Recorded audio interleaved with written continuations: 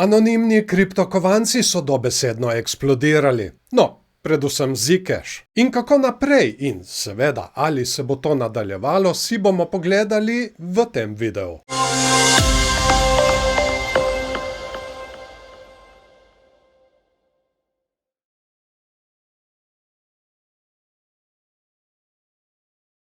Prvo, kar mislim, da se je zgodilo, je zavedanje pomena o anonimnosti, sploh glede na zadnje dogodke v Evropski uniji. In ta drugo, kar se je očitno zgodilo, je pač običajen iztisk kratkih pozicij.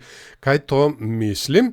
No, preden začnemo, dajte se naročiti na ta kanal. Tukaj namreč redno spremljamo kripto in seveda ne pozabiti nastaviti obveščanja, da vas bo redno tudi obvestilo o novih videih. No, kaj sem mislil s tem iztiskom kratkih pozicij? Imamo pred sabo dnevni graf Zcash napram dolarju in to je graf izmenjalnice Kraken, za katerega mislim, da je eden izmed najzgodnejših. Zcasha se tudi zelo dobro spomnim, še iz leta 2016, točno takrat, ko je prišel na Kraken. In takrat se spomnim, je dobesedno eksplodiral. Če pogledamo tukaj, ko je začel kotirati, je dosegel $30,000 in potem samo strmo padel. No, dajmo približati nazaj.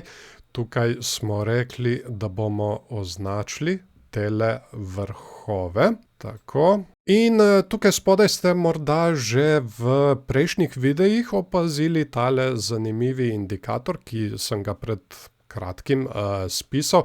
Kaj ta indikator kaže? Ta kaže, kdaj se nabirajo kratke ali pa dolge pozicije. In kot vidimo, mi tukaj pri tej zadnji rasti se je za ta kovanec začelo nabirati kar precej kratkih pozicij.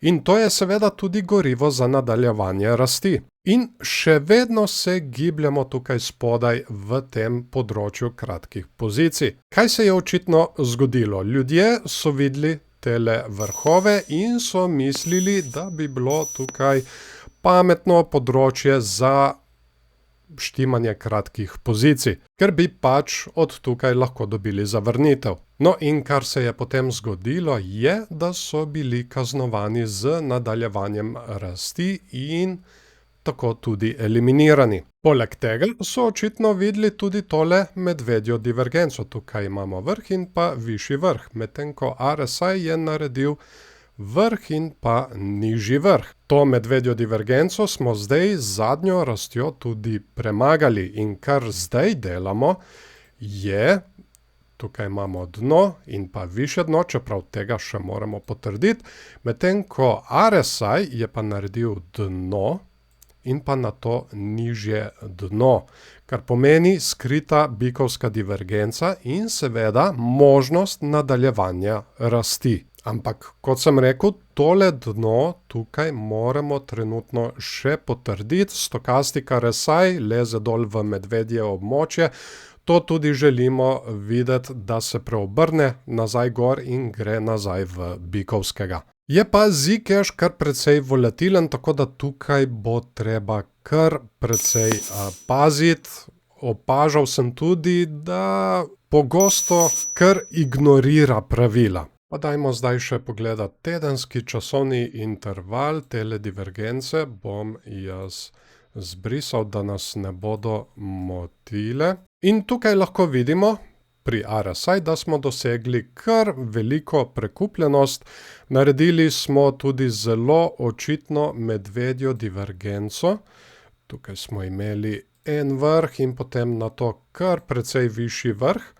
Medtem ko RSI je pa naredil vrh in pa vrh na nekje isti dolžini. Tako da to bo treba malo paziti. RSI se bo morda, po mojem, moral še malce ohladiti. Zdaj, kje bi jaz gledal za podporo, če bi slučajno še nadaljevali s padanjem in tem popravkom?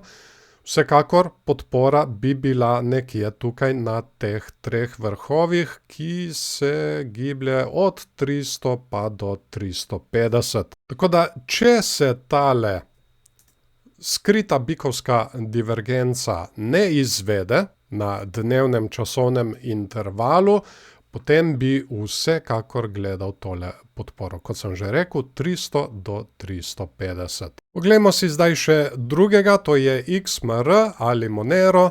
Trenutno smo tudi na dnevnem grafu in tukaj lahko takoj vidimo nekaj. Paziti bo treba, da nismo naredili slučajno dvojnega vrha. To bi bilo vsekakor medvedje. Neckline meja je pa tukaj na okoli 235 do 260. Te meje ne smemo izgubiti, ker če ne bi lahko padali še naprej dol. Ampak vseeno, tudi tukaj vidimo, da se je nabiralo kar precej kratkih pozicij pred tole rastjo, za katere mislim, da so bile že kaznovane. Tukaj lahko vidimo, kako so se nabirale in kje so po mojem štimali stop lose. Ja, tukaj pri temule vrhu in kot vidimo, to je bilo z zadnjo rastjo tudi vse pobrano. In tukaj se tudi lepo kaže, to bo treba precej zdaj paziti v kratkem. Tukaj na temule dnu, tukaj, se je takrat nabiralo kar precej dolgih pozicij. In kot vidimo, ti ljudje zdaj trenutno imajo kar precej dobička.